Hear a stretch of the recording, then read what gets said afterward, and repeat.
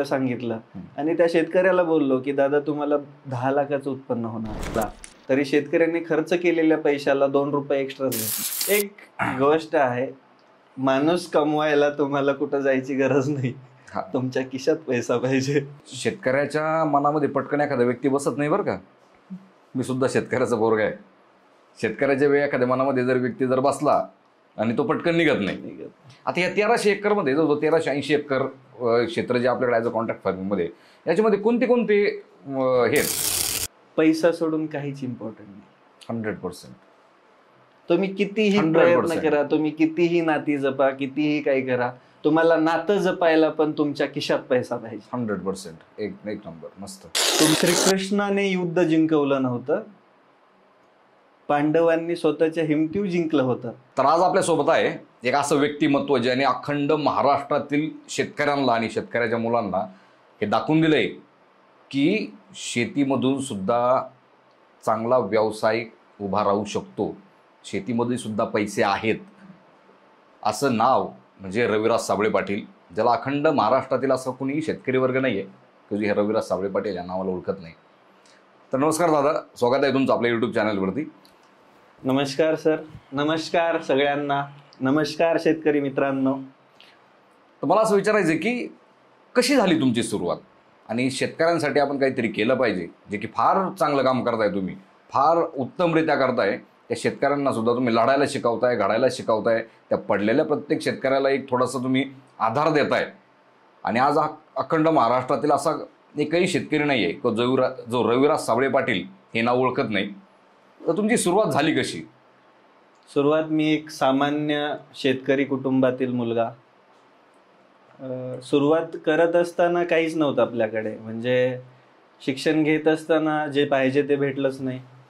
Support म्हणाल तर सामान्य कुटुंबामध्ये जर पोरगा असाल तुम्ही, सामान्य कुटुंबात जन्मलेला मुलगा असाल तुम्ही, बरोबर, तर तुम्ही जोपर्यंत सक्सेस होत नाही तोपर्यंत तुमच्यावर कोणाचाच विश्वास नसतो. बरोबर. आणि व्हॅल्यू पण नसते. तुम्ही कितीही मोठी आयडिया घेऊन या किंवा कितीही चांगलं करायचा प्रयत्न करा, त्याच्यामध्ये काही ना काही माशी शिंकतेच.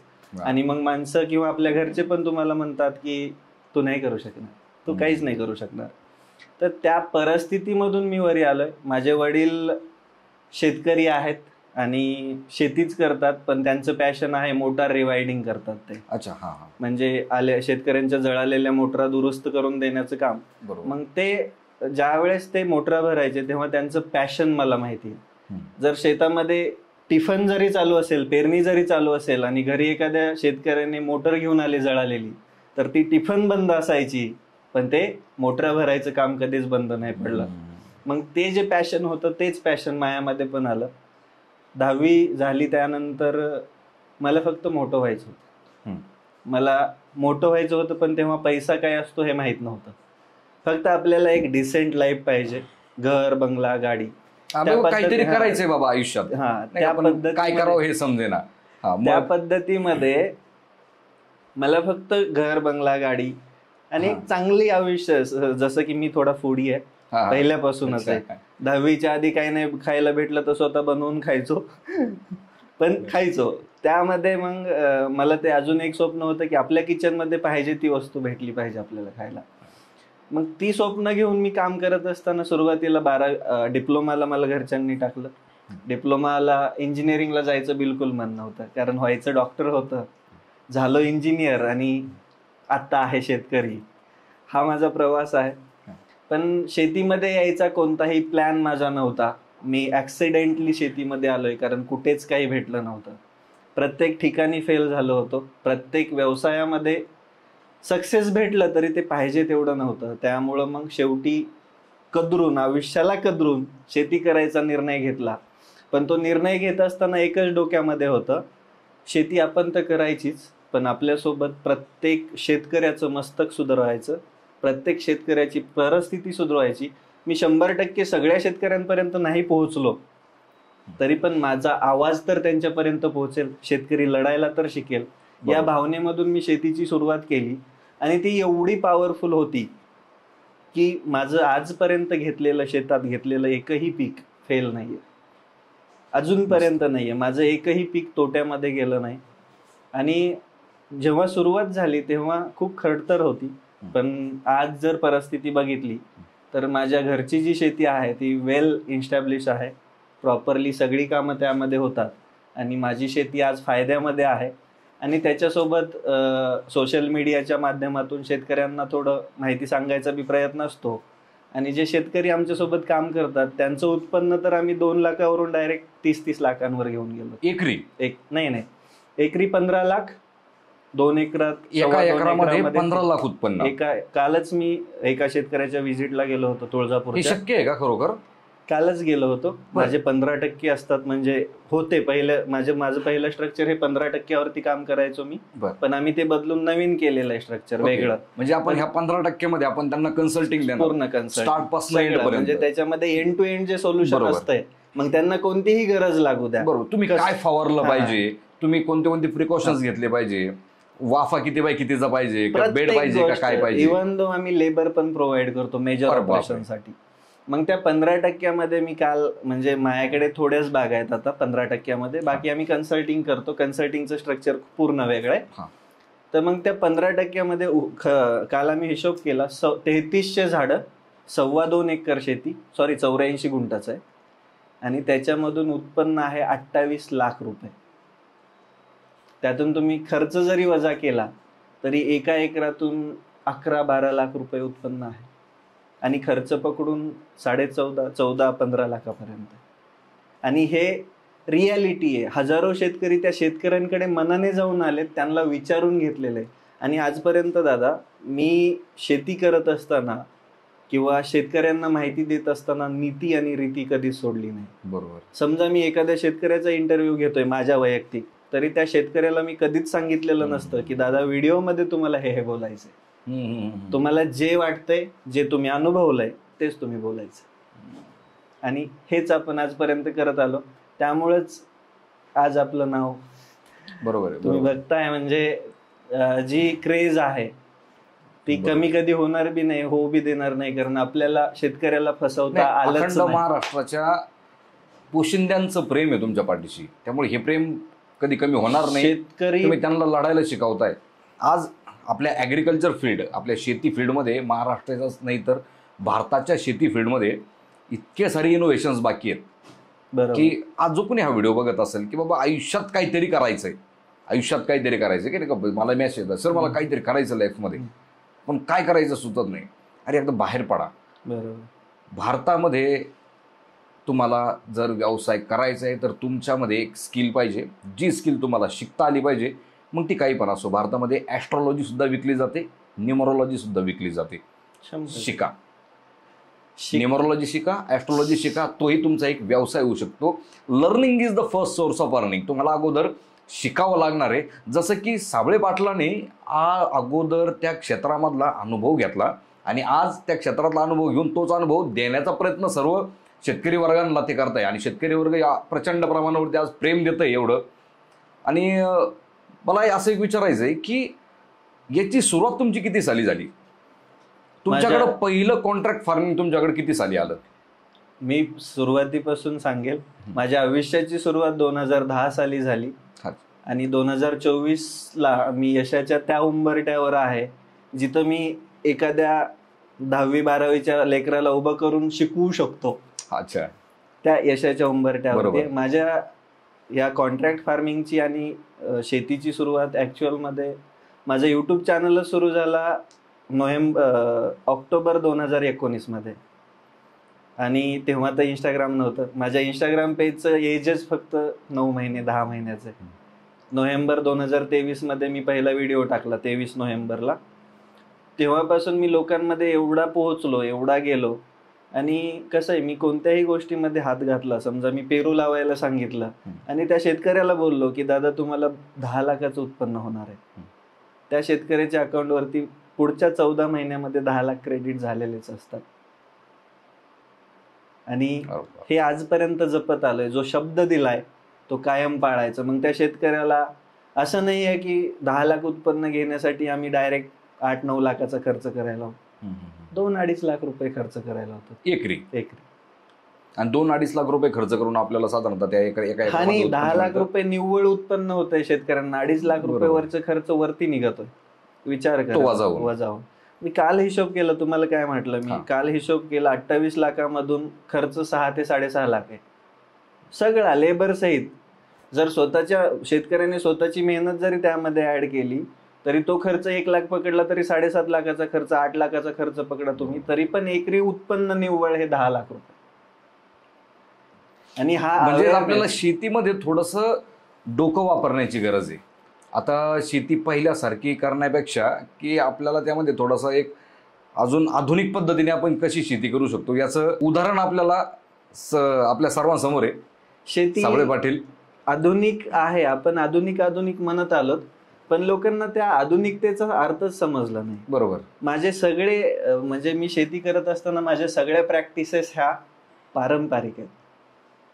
काय, मी शेणखत टाकताना पूर्ण शेतात विस्कटतो, औषधं देताना मिनिमम देतो आणि उत्पन्न घेताना मॅक्झिमम घेतो. कारण की त्याचा जो स्ट्रक्चर आम्ही बनवलेला आहे, कमी जागेमध्ये जास्त उत्पन्न आणि कमी वेळ.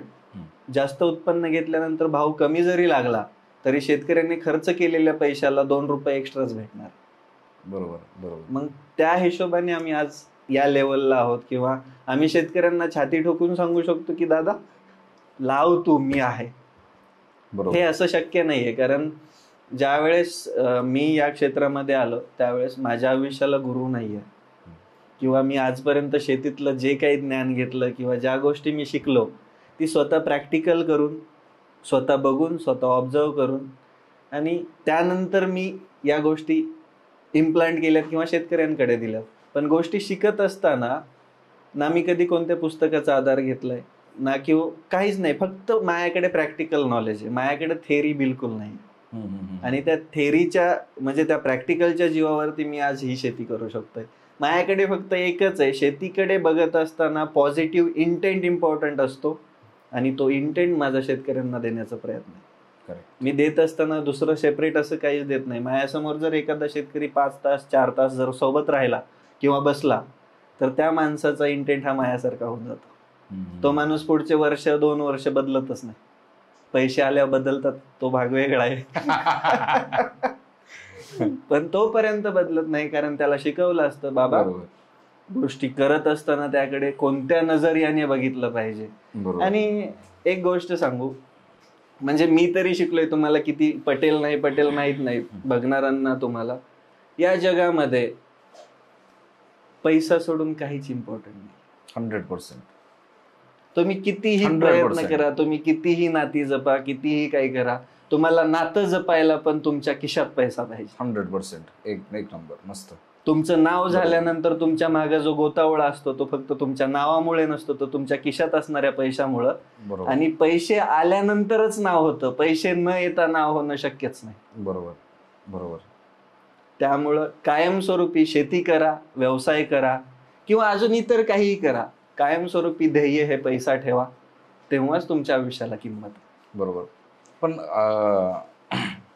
हे एकदम बरोबर आहे.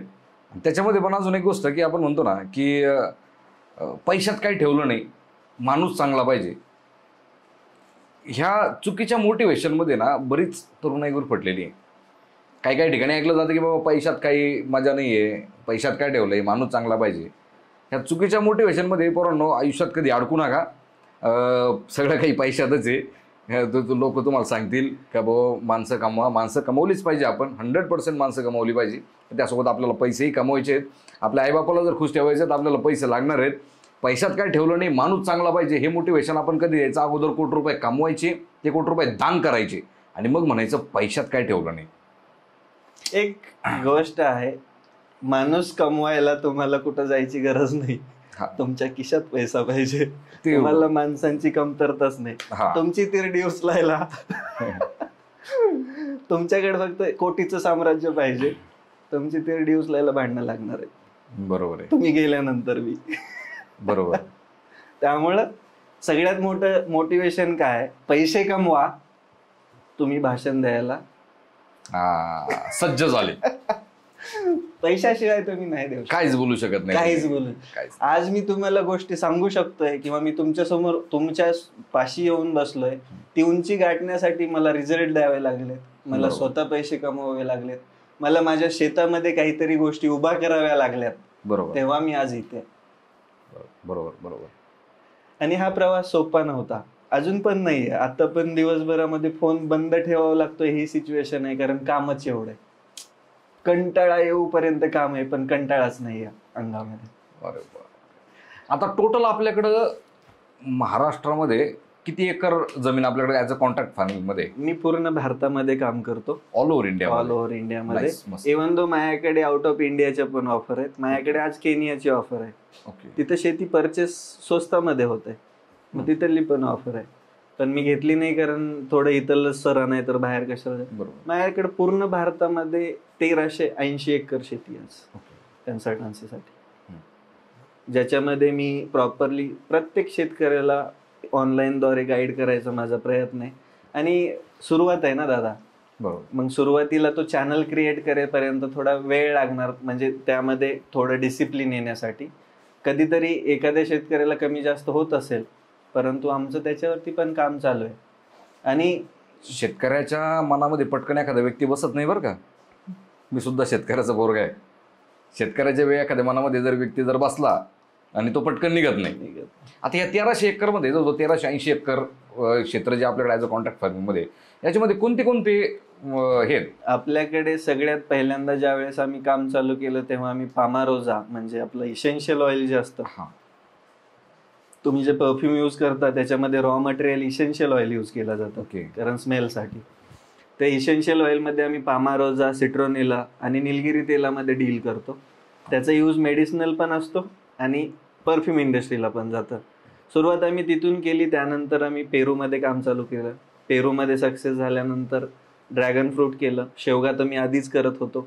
म्हणजे आम्ही आता इसेन्शियल ऑइलमध्ये काम करतो, लाईक पामारोजा, सिट्रोनिला, जिरेनियम जे माहिती आहे ना तुम्हाला, त्याच फॅमिलीमध्ये या गोष्टी. जिरेनियम म्हणजे पामारोजा म्हणजे काय नेमकं? पामारोजा हे गवतासारखं पीक येतं, पूर्ण त्याचं स्ट्रक्चर गवतासारखंच आहे. अच्छा. त्याला आपण पूर्ण त्याची 3 महिन्याची ग्रोथ झाली की डिस्टिलेशन प्लांट मध्ये टाकतो आणि त्यातून ऑइल एक्स्ट्रॅक्ट घेतो, ऑइल काढतो, तेल काढतो आणि ते आपण कंपन्यांना विकतो.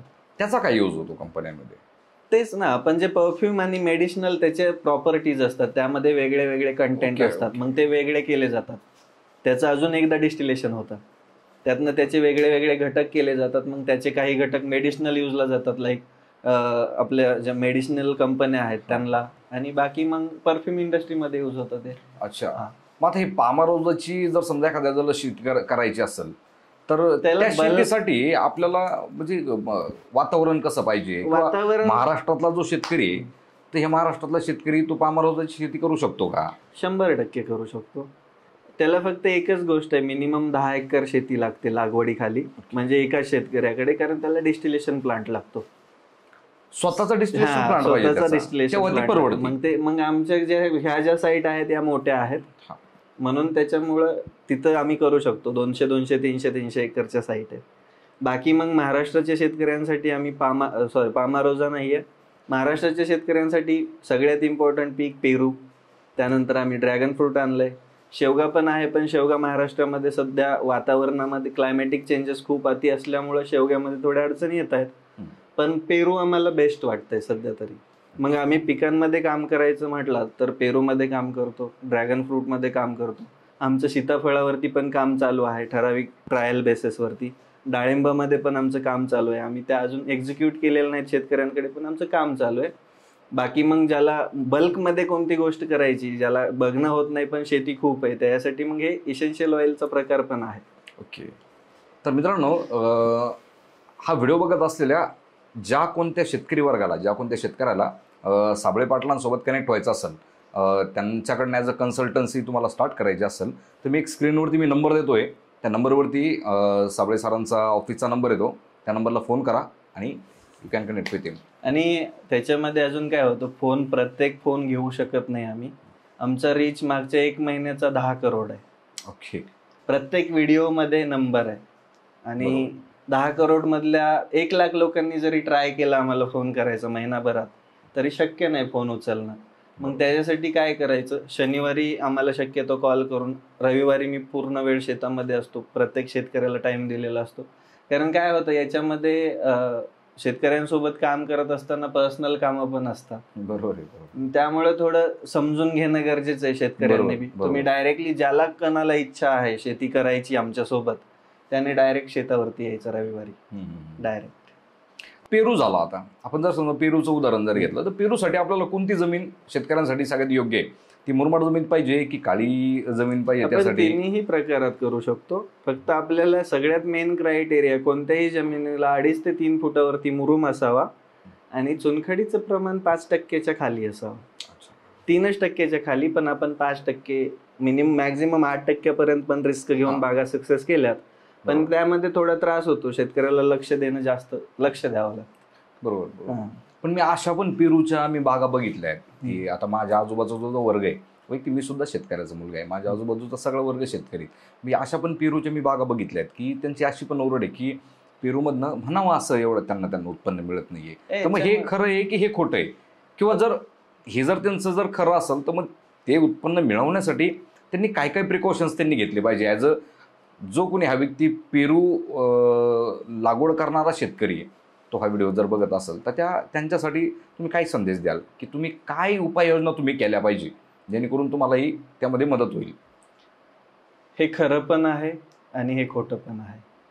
दादा, एक गोष्ट आहे, ज्यावेळेस तुम्ही पेरू लावता तो कोणत्या जातीचा लावताय त्याच्यावर डिपेंड आहे.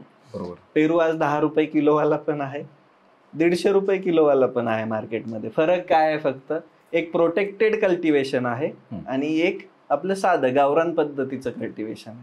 मग गावरान पद्धतीच्या मध्ये काय होतं, त्यात अळ्या असतात किंवा त्या फळाला क्वालिटी नसते, चमक नसते, ते छोटं फळ असतं, ते पेरिशेबल असतं, 2-3 दिवसात खराब होतं. आणि आम्ही आम्ही जी शेती करतो ती पिंक तैवानमध्ये शक्यतो आम्ही काम करतो, ते प्रोटेक्टेड आहे. प्रोटेक्टेड म्हणजे त्याला फोम बॅगिंग लावलेली असते, त्याच्यावरती आळी आणि औषधाचा कोणताही परिणाम नसतो.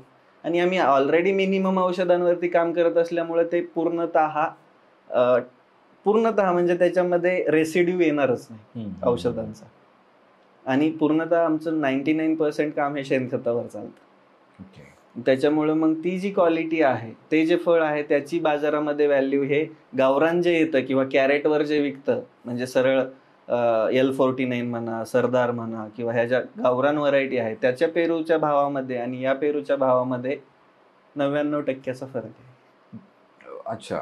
पण बऱ्याचशा शेतकऱ्यांची अशी ओरड असते की यूट्यूबचे व्हिडिओज असतील किंवा सोशल मीडियावरती जे काही शेती संदर्भामधले व्हिडिओज असतील, ज्या व्हिडिओजमध्ये शेतीच्या उत्पन्नाबद्दलची माहिती सांगितली की एका एकरामध्ये आम्ही एवढं उत्पन्न घेतोय, तर हे शेतकऱ्यांचं असं म्हणणं असतं किंवा शेतकऱ्यांचं असं म्हणणं आहे की हे फक्त कधी कदाचित मिळू शकतं. आम्ही जर तो प्रोडक्ट लावायला गेलो, मग तो आम्ही ड्रॅगन फ्रूट लावू किंवा पेरू लावू, तर आम्हाला तो बायर मिळत नाहीये की जो आमच्याकडनं त्या रेटमध्ये ते विकत घेतलं जाईल आमच्याकडनं. म्हणजे पेरू असेल, ड्रॅगन फ्रूट असेल, शेवगा असेल किंवा व्हॉटेव्हर तो कोणताही पीक असेल ते. अगदी बरोबर आहे. मी पण व्हिडिओ बनवतो, मी पण उत्पन्न सांगतो, पण मी रिअलिस्टिक गोष्टींवरती आजपर्यंत काम करत आलेलं आहे. बरोबर.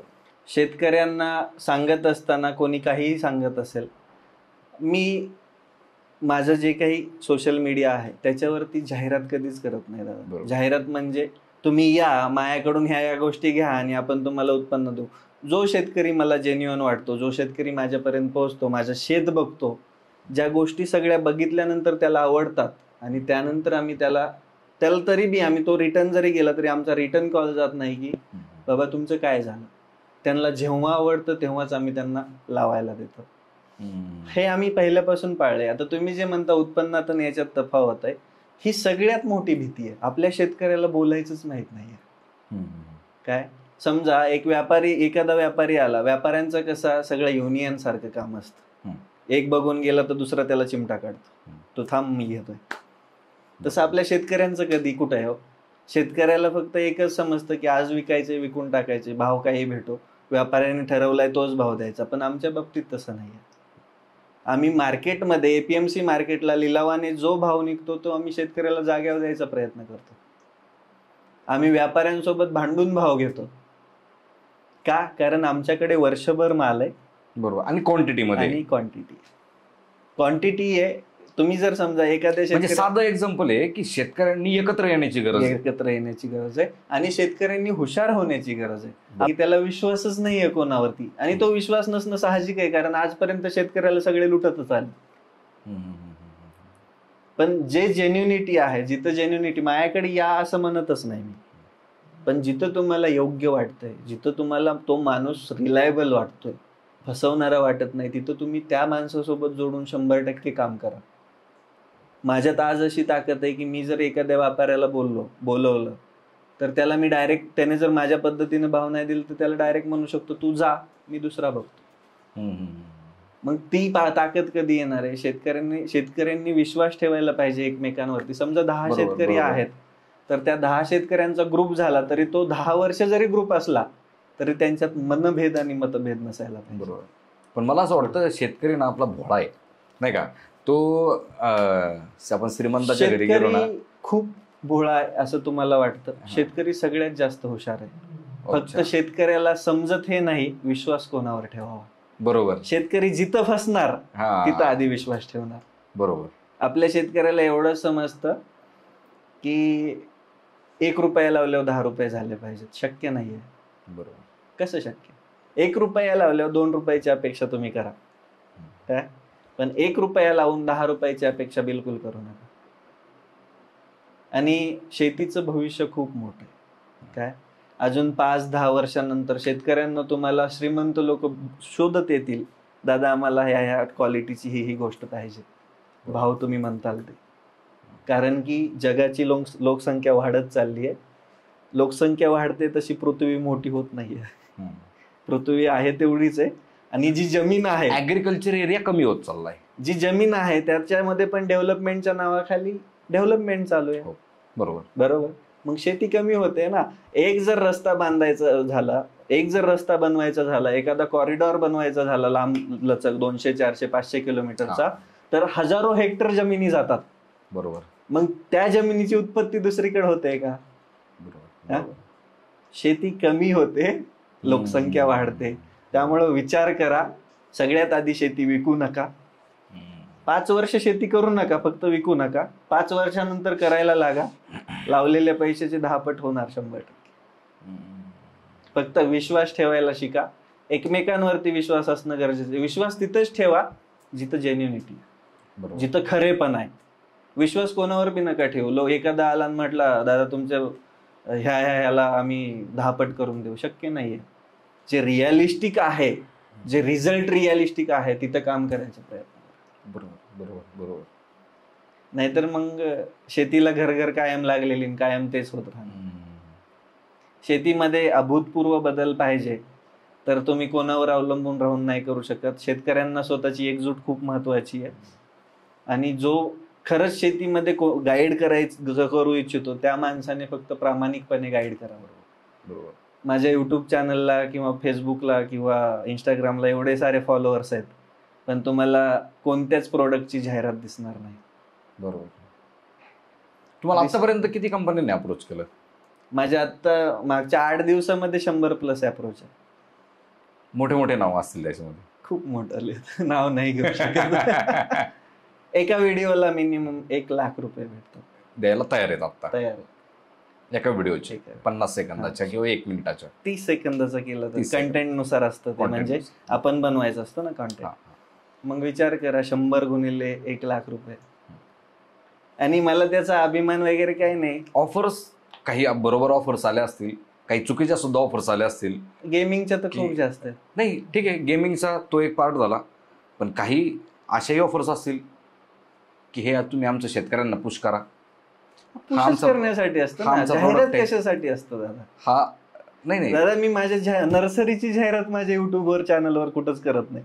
बर. काल मी लाईव्ह घेतला, त्या लाईव्ह मध्ये सगळ्यांचा प्रश्न होता तुम्ही रोपं प्रोव्हाइड करता का? माझं उत्तर त्यामुळेच नव्हतं कारण मला जाहिरात करायची सवय नाही. अच्छा.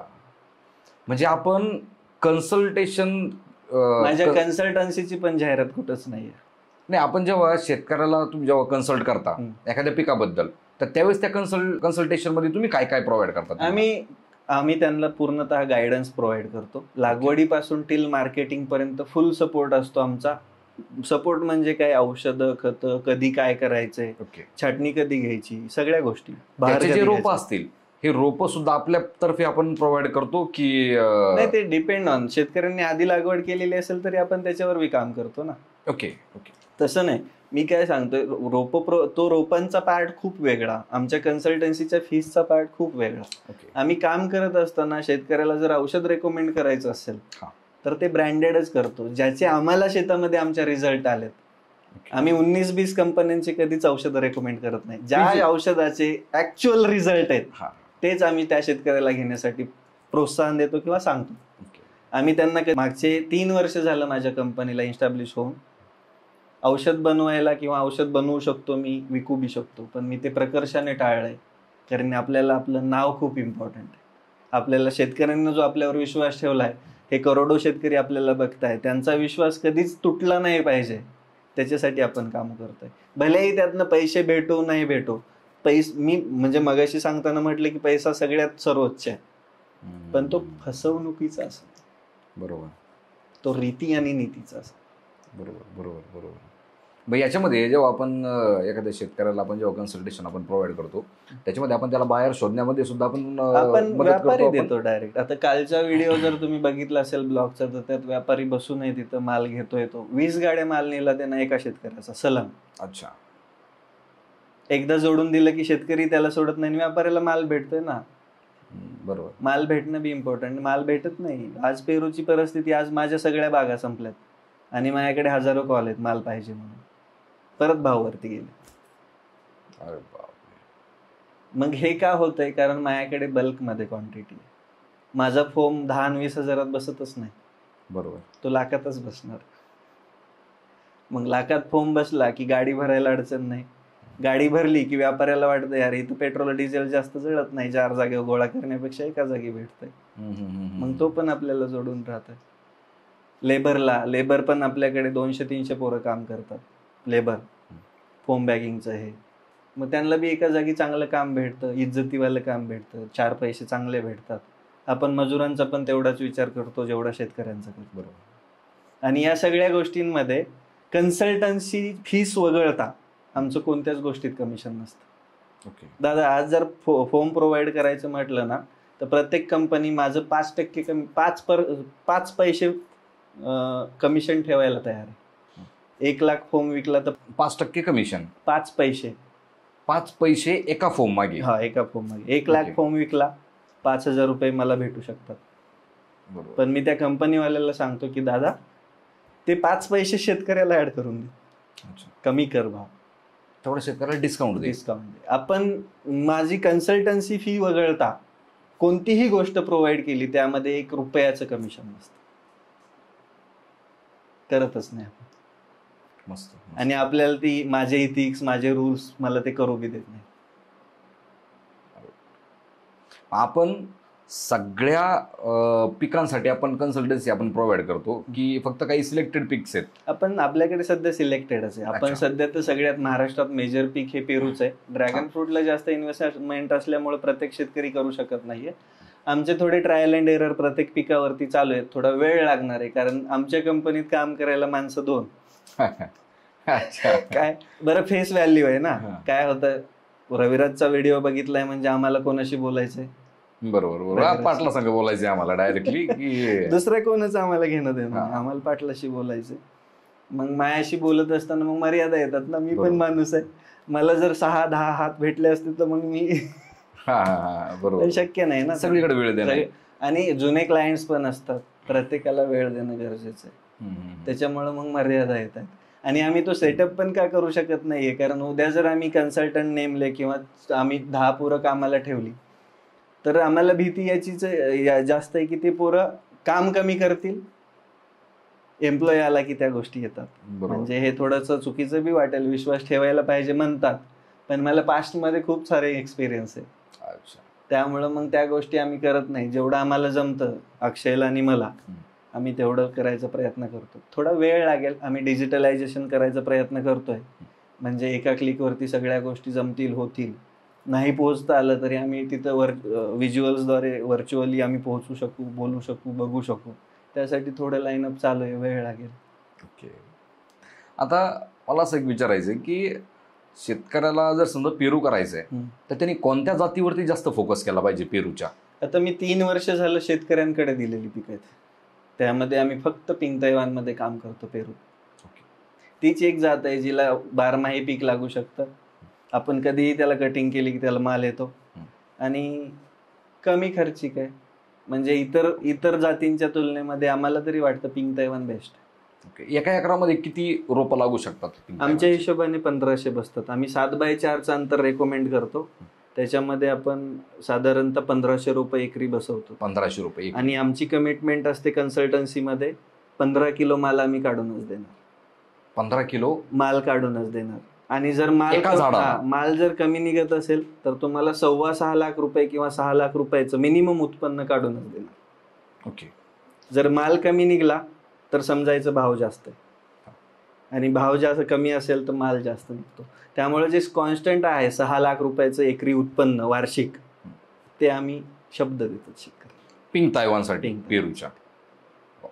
आणि हे जे उत्पन्न आहे हे पेरूची लागवड केल्यानंतर किती दिवसांपासून स्टार्ट? माझं रेकॉर्ड 11 महिन्याचं आहे. हार्वेस्टिंग कम्प्लीटचं. लागवडीपासून 11 महिने हार्वेस्टिंग कम्प्लीट. बापरे. पण आम्ही 14 महिन्याचं सायकल देतो. बापरे. आणि जर एखाद्या शेतकऱ्याला जर समजा शेवग्यामध्ये जर उतरायचं असेल तर त्याला शेवगा करायचा आहे बाबा, शेवगा करण्यासाठी त्याने काय काय प्रिकॉशन घेतल्या पाहिजे? शेवग्यामध्ये सगळ्यात आधी आहे शेवगा करत असताना खूप जास्त लक्ष द्यावं लागतं. त्याच्यामध्ये दवबिंदू पडले, समजा आपला भाग थोडा ह्युमिडिटीचा आहे, ड्राय भाग नाहीये, मग तिथं नुसतं सकाळचं धुकं जरी पडलं तरी आलेला भर सगळा खाली येतो. त्यामुळे शेवगा करताना थोड्या सगळ्या गोष्टींचा अभ्यास करा. आणि शेवग्यामध्ये मिळणारा पैसा कमी आहे. दादा गोष्टी काय माहिती, शेती करत असताना 2 पिकांमध्ये वर्गीकरण होतं. 2-3 पिकांमध्ये, सॉरी. पहिला आला भुसार, आपलं पारंपरिक पिक. त्यानंतर आलं भाजीपाला आणि नंतर आलं फळपिकं. या तिन्हींमध्ये वर्गीकरण करत असताना भुसारला पण भाव हा कॉन्स्टंट असतो. बरोबर. म्हणजे खूप फ्लक्च्युएशन नसतं त्याच्यात. बरोबर. डायरेक्ट 5, 10, 50 रुपयाने 100 रुपयाने कमी झालाय आणि वाढलाय असं नसतंय.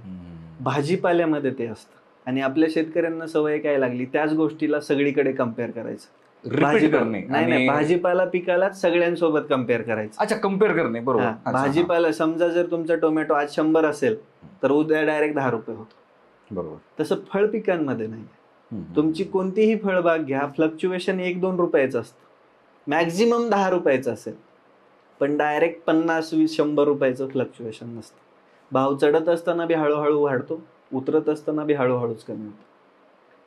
त्यामुळे फळबागांना, आणि फळबाग करत असताना एक गोष्ट नेहमी लक्षात घ्या, फळामध्ये मागणीच्या तुलनेमध्ये कायम तुटवडा आहे.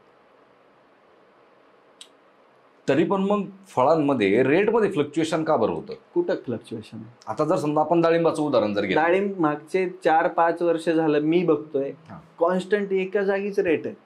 सध्या डाळिंबाचा काय रेट चालू आहे? 150-160 रुपयापर्यंत.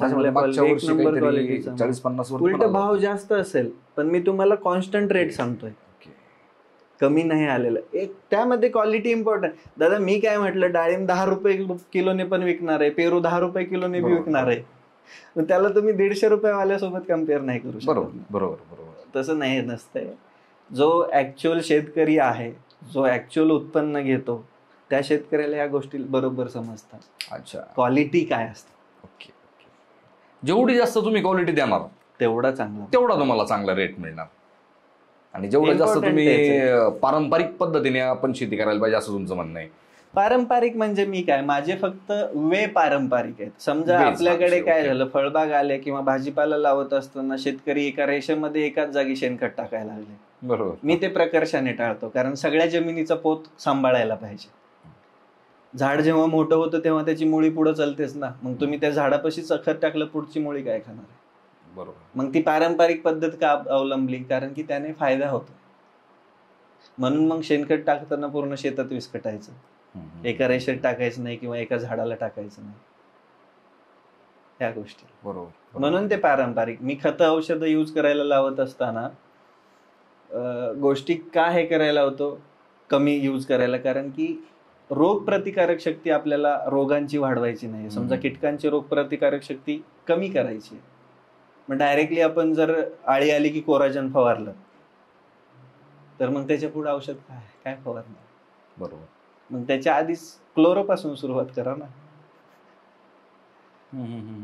2 वेळा फवारणी घेऊ. बरोबर. रेजिस्टन्स तर नाही वाढणार. करेक्ट. आपल्याला पिकाचा रेजिस्टन्स वाढवायचा आहे, पिकाची रोग प्रतिकारक शक्ती वाढवायची, ना की कीटकांची, ना की बुरशींची. त्यामुळं औषधं किंवा पिकं घेत असताना औषध वापरताना टप्प्याटप्प्याने वापरायची. पहिली स्टेज, दुसरी स्टेज, तिसरी स्टेज, चौथी स्टेज, 5वी स्टेज. आणि ह्या स्टेज वापरत असताना बी कालावधी बघायचा. आता माझ्या 3-3 वर्षाच्या बागा अजूनपर्यंत मोनोक्रोटोफॉस, प्रोक्ले, आपलं इमामेक्टिन बेन्झाइट, क्लोरो, स्लेअर प्रो, अशावरच आहे, साध्यावरच आहे. अजूनपर्यंत मोठी औषधं दिली नाही मी. काय बोलताय? रिअर बागा आहेत ज्याला मी मोठी औषधं दिली. माझ्या घरच्या बागेला आजपर्यंत मी निमॅटोड प्रिव्हेंटिव्ह औषध सोडलं नाही. अच्छा. तरी पण बागेला कुठं निमॅटोड नाहीये. पण मी तर असं ऐकलं होतं की फळबाग, मग ती कोणती असो, मग ते डाळिंब असो, द्राक्ष असो, ड्रॅगन फ्रूट असो, ते पेरू असो किंवा दुसरी अजून कोणतीही फळबाग असो, फळबागेला सर्वात जास्त औषध फवारणी करावी लागते. तेच म्हणतोय ना, ह्या ज्या सवयी लावल्या ना, ह्या चुकीच्या मार्गदर्शनामुळं. आणि आपला शेतकरी अजून एक सगळ्यात मेन गोष्ट काय चुकतो माहितीये, की आपला शेतकरी जिथं औषधं भेटतात तिथं जाणार आणि त्या व्हॉट एव्हर जो विकतोय त्याला म्हणणार माझ्या शेतात हा रोग आलाय, धुराळा झाला पाहिजे असं औषध द्या. बरोबर. मग ते औषध पिकाचा धुरळा करतं, शेतकऱ्याचा करतं, तरी शेतकऱ्याची टेंडन्सी कधीच बदलत नाही. स्वतः ऑब्झर्व करायची पद्धतच नाही शेतकऱ्याकडे, स्वतःचं डोकं वापरायची पद्धतच नाही शेतकऱ्याकडे. ती जेव्हा येईल ना त्या दिवशी शेतीला सोन्याचे दिवस आहेत. बरोबर. कारण तेव्हा खर्च आपला शेतकरी समजा कोणावरती डिपेंड ही डिपेंडन्सी कमी व्हायला पाहिजे. आणि सल्ला हा योग्य गेला पाहिजे किंवा ते शिकलं पाहिजे. एक तर तुम्ही स्वतःच्या प्रयोगातून शिका. बरोबर. तुम्हाला जर प्रयोग नाही जमत तर तुम्ही सल्ला योग्य माणसाचा घ्या. सल्लागार फार महत्वाचा आहे आपल्या आयुष्यात. नाहीतर आपल्याला प्रत्येक व्यक्ती परेशान आहे, ज्या व्यक्तीकडे कौरवासारखे 100 सल्लागार आहेत, आणि तो प्रत्येक व्यक्ती सुखी आहे ज्याच्याकडे श्रीकृष्णासारखा एकच आहे.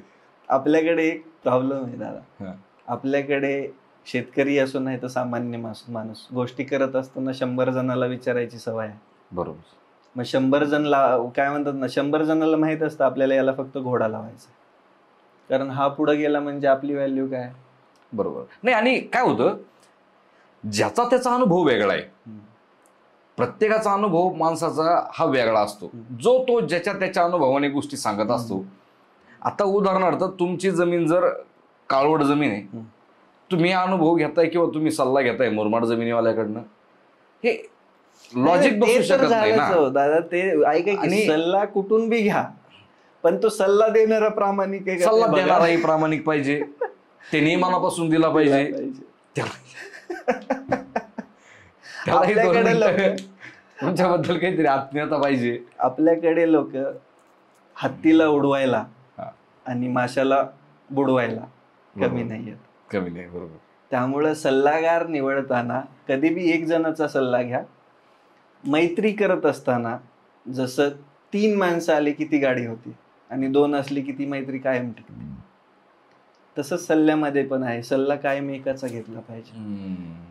श्रीकृष्णाने युद्ध जिंकवलं नव्हतं, पांडवांनी स्वतःच्या हिमतीव जिंकलं होतं, फक्त त्यांना सल्लागार एकच होता. बरोबर. काय सल्लागार एकच होता. कौरवाच्या पूर्ण युद्धामध्ये कौरवांना कितीतरी वेळा त्यांचा सरसेनापती बदलावा लागला होता, पांडवांना बदलावा लागला नव्हता शेवटपर्यंत. त्याचं कारण होतं सल्लागार योग्य होता. बरोबर. मग तुम्ही सल्लागार 100 ठेवले की तुमचा सरसेनापती कायम मरणार आहे. बरोबर आहे. त्यामुळं गोष्टी करत असताना, सल्ला घेत असताना, एक तर स्वतःच्या मनाचं आहे का, स्वतःच श्रीकृष्ण व्हा, नाही तो पांडवासारखा एक जणाचा सल्ला. बरोबर आहे. आणि तो सल्ला घेत असताना त्या सल्लागारावरतीच प्रश्नचिन्ह उपस्थित नका करू, कारण तोच तुमच्यासाठी श्रीकृष्ण आहे. श्रीकृष्ण. जे रथाचा सारथी येतो तुमच्या. तीच परिस्थिती. कृष्णाला अर्जुनाला युद्ध लढवण्यासाठी 18 अध्याय सांगावं लागले होते. बरोबर आहे. आपल्या माणसाला बी तीच परिस्थिती. समजून सांगायला 18 अध्यायच गावावे लागतात. बरोबर. तेव्हा तो समजतो. तो पहिला एका वाक्यात समजूच नाही शकत आहे. त्याचं कारण म्हणजे हे समजून सांगून जर सगळ्या गोष्टी झाल्या असत्या ना, तर त्या श्रीकृष्णांनी सुद्धा महाभारत होऊ दिलं नसतं. श्रीकृष्णामध्ये एवढी ताकद होती की त्या देवाने एका तासात महाभारत थांबवलं असतं. सगळे नेस्तनाबूत करून प्रयत्नही न करता. पण ते का बरं होऊ दिलं? श्रीकृष्णाला सुद्धा आजच्या आजच्या कलियुगामध्ये ज्या काही गोष्टी चालू आहेत, आपल्यालाही आज काहीतरी संदेश द्यायचा असेल श्रीकृष्णाला. महत्वाचा संदेश काय की मी देव असून सुद्धा मला कोणाचा तरी रथाचं जर सारथ्य करावं लागत असेल, प्रभू श्रीराम देव असून सुद्धा जर प्रभू श्रीरामांना रावणाचा वध करण्यासाठी जर रामाला सुद्धा हातामध्ये जर धनुष्यबाण घ्यावं लागत असेल, तर तुम्हालाही सहजासहजी काहीच मिळणार नाहीये. काहीच मिळणार नाही. लढावं लागणार आहे, पडावं लागणार आहे, शिकावं लागणार आहे आणि घडावं लागणार आहे. हे बघा, एक गोष्ट आहे, तुम्ही कोणतीही गोष्ट करत असताना रिस्क घेणं इम्पॉर्टंट आहे. कारण रिस्कच तुमच्या यशाचं पहिलं डाऊन पेमेंट. बरोबर. काय? बरोबर. मग रिस्कच नाही घेतली तर यश कुठून भेटणार आहे? बरोबर. ते मला काय म्हणतात, मी कायम सांगतो कोणाला बी बोलत असताना, वेलुमनी सरांना मी फॉलो करतो. वेलुमनी सरांना मी पण ऐकतो, त्यांचे भरपूर खूप ऐकतो. तर त्यांचं एक वाक्य आहे, एक बाल खींचो, नाट बांधो, पहाड़ पे फेंको, खींचो आया तो पहाड़, गया तो बाल. त्यामुळं कायम रिस्क घ्यायला घाबरायचं नाही. बरोबर. जो माणूस रिस्क घेऊ नाही शकला ना, रिस्क आहे तो इश्क. रिस्कच तुमचा एक. हे बघा, अजून एक उदाहरण आहे. हे उदाहरण तर खूप दूरच आहे, समजणार नाही. हर्षद मेहता. बरोबर. त्या माणसाने काय कमवलं माहित नाही मला, पण त्या रिस्क मुळे तो माणूस इतिहासामध्ये जमेल. नाव कोरलं गेलं त्या माणसाचं इतिहासामध्ये. इंडियन इकॉनॉमीचा जेव्हा विषय येतो त्यावेळेस सगळ्यात मोठं नाव येतं, ते पुढे येतं, ते म्हणजे हर्षद मेहता आहे. त्याने काय कमवलं, त्याने काय फ्रॉड केले, डझंट मॅटर. पण नाव पुढे येतं. त्याने रिस्क घेतली म्हणून त्याचा काहीतरी जर रिस्क घेतली त्याने, पण नाव पुढे येतं बाबा त्या माणसाचं. रिस्क घेतल्यानंतर एक इतिहास. हे बघा, रिस्क घेतल्यावरती इतिहास बनणार आहे. मग तो चांगला असो नाही तर वाईट असो, पण इतिहास बनणार आहे. मग रिस्क घ्यायला घाबरायचं. ज्या माणसाने, ज्या पोराने, ज्या कोणत्याही ज्याने रिस्क घ्यायला शिकला ना, तो यशस्वी झाला. बरोबर. यशस्वी झालाय. जसं रिस्क घेत बघा, आपला शेतकरीच रिस्क घेतोय ना. कांदा नावाचा जुगार तो दरवर्षी खेळतोय. आणि असं नाही, कांद्यामध्ये कमी लोक नाही आहेत सक्सेसफुल. बरोबर. फक्त ती लोक पुढेच येत नाहीयेत सांगायला लोकांना की कांदा पण परवडतो. काय ती वृत्ती यायला पाहिजे लोकांना मोठं करायची, तेव्हा मग आपण पण मोठं होतो. बरोबर आहे. मग कांद्यामध्ये पण कांदा परवडणारे खूप शेतकरी येतात. भाजीपाला फळ पिकून पैसे कमवणारे खूप शेतकरी येतात. पण ते पुढं कुठे येत आहेत? ते पुढे येत नाहीत म्हणून लोकांना माहित नाही. मग पुढं कोण येत आहे? रडणारे, रडवणारे. कांदा परवडतोच, फक्त मॅनेजमेंट प्रॉपर पाहिजे. बरोबर. कोणतंही पीक परवडतं, आपल्या अपेक्षा कमी पाहिजे. बरोबर. मी कॅल्क्युलेटर मध्ये गणित सांगताना पेरू लावू द्या नाही तर कोणतंही पीक लावू द्या, गणित सांगताना कधी बी मिनिमम सांगतो. उत्पन्न मॅक्झिमम निघू द्या ना, आनंद आहे. हा. पण जे सांगितलंय ते तर निघलं पाहिजे. नाही तर आपले शेतकरी काय करतो, एखादं पीक लावलंय, आता मी यात 1 लाख रुपये लावलेत, मला यातनं 10, 15, 20 लाख भेटले पाहिजेत. कसं शक्य? अपेक्षा 2च करा ना. 1 लाख लावलाय म्हणजे 2 लाख भेटले पाहिजे. तुम्हाला एफडी किती इंटरेस्ट देते, किती रेट देते? 7-7.5%. मग त्या पट्टीनं 8 वर्ष लागतात तुमचे पैसे दामदुप्पट व्हायला. शेती तुम्हाला 1 वर्षामध्ये करून देते ना. बरोबर. मग तुम्हाला अडचण काय आहे रिस्क घ्यायला? पण आपल्या अपेक्षा पण आपल्याला मारतात. काय? समाधानी राहायला शिका. समाधानी जो माणूस राहिला तो यशाची रोज नवी नवी उंच शिखरं गाठत गेला. बरोबर. ते शेवगा किती उत्पन्न देतो वर्षात? शेवगा केला पाहिजे का? 3.5-4 लाख रुपयापर्यंत उत्पन्न देतो. भाव चांगला भेटला तर 10-10 लाख रुपये एकरी कमवणारे शेतकरी आहेत. म्हणजे ऍव्हरेजली आपण 3 ते 4 लाख 3 ते 4 लाख, पण त्याला खर्च कमी आहे ना. 60-70-80 1 लाख रुपये मॅक्झिमम खर्च केला तरी ते येतं शेवग्याला. शिमला मिरची 3 महिन्याचं पीक आहे. त्याच्यामध्ये चांगलं काम केलं तर 3 महिन्यामध्ये तुमचे एकरी 6-7 लाख रुपये आरामात होतात. 1-1.5 लाख खर्च आहे. फक्त ते केलं पाहिजे दादा. करणारे खूप कमी लोक आहेत. अच्छा. करणारे खूप कमी लोक आहेत. माझ्या भूम तालुक्यामध्ये 3 वर्ष पेरूची बाग नव्हती. आता बागा असतील नाही. मग तुम्ही माझ्याकडे फिरायला या कधी. आल्यानंतर तुम्ही जर उन्हाळ्यात आलात तर तुम्ही म्हणतात रविराज आम्हाला फसवतो, काहीच नाहीये इकडून, याची बाग इथं कशी येईल. अतिशय प्रतिकूल परिस्थिती असते आमच्याकडे पाण्याची. त्या सिच्युएशन मध्ये आम्ही उभा आहेत कारण की आमच्यात जिद्द आहे, आमच्याकडे रिस्क घ्यायची ताकद आहे. आणि ती अशी तशी नाही आलेली. आम्हाला माहिती आहे रिस्क नाही घेतली तर आपण मरणार आहेत. आपली स्वप्न चुरडा होणार आहे त्या स्वप्नांचा. त्यामुळे रिस्क घ्यायची. एक तर पडतोल ना, 2च गोष्टी असतात. एक तर पडणार नाही तर उभं राहणार.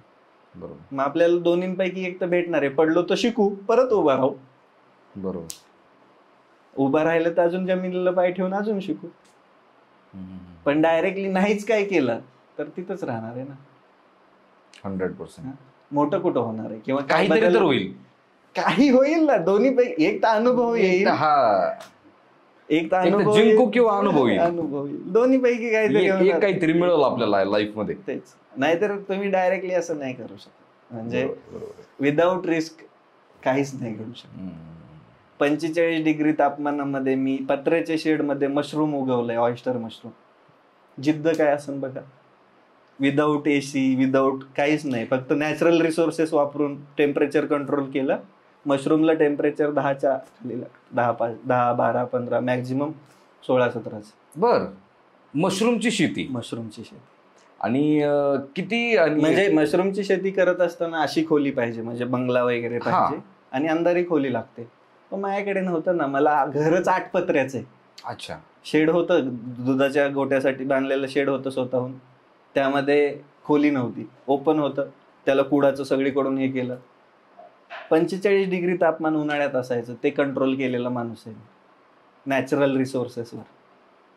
आणि त्या मशरूम परवडतं आरामात. करणारा पाहिजे. परवडतं सगळंच. तुम्हाला पहिल्यापासून एक म्हण माहीतच असेल, बोलणाराची माती विकली जाते. अन्न बोलणाऱ्याचं चॉकलेट सुद्धा कोणी घेत नाही. सोनं घेत नाही तर खरंय. बोलणारा पाहिजे. सोनं विकताना पण कमी टॅलेंट लागत नाही. बरोबर आहे. आज स्किल शिवाय काहीच नाही. स्किल, रिस्क सगळ्यात मोठी रिस्क आहे. तुमचे स्किल. आणि आपल्या पोरांचं किंवा आपल्या समाजातल्या माणसांचं चुकतं काय माहितीये, आपल्यामध्ये गोष्टी असतात एक आणि आपण करत असतो दुसरंच. बरोबर आहे. कसं मोठं होणार आहे? आपल्यामध्ये काय आहे, आपली आवड काय आहे, ती जपता येते का ते बघायचं. रविराज साबळे पाटील शेतीमध्ये खूप मोठा झालाय. का झालाय? त्या शेतीवर त्याचं प्रेम आहे. तो 12-12 वाजला तरी त्या शेतामध्ये धडपडलेला असतो, पडलेला असतो. आता तुमच्यापासून गेलो तरी संध्याकाळी शेतातच असणार. म्हणजे आपलं जगणं मरणं त्या शेतातच आहे. ही आवड पाहिजे, तेव्हा तुम्ही ते करू शकता. तुम्ही असंच नाही करू शकत. तुमची आवड एक आणि तुम्ही करताय एक, शक्य नाही. बरोबर. त्यामुळं ते केस टाकताना पण व्यवस्थित रिस्क घेऊन टाकायचं. कोणत्या बी पहाडावर टाकला तर मग नुसतं बालच जाणार आहे. प्रत्येक वेळेस तुमची रिस्क वाया जाणार.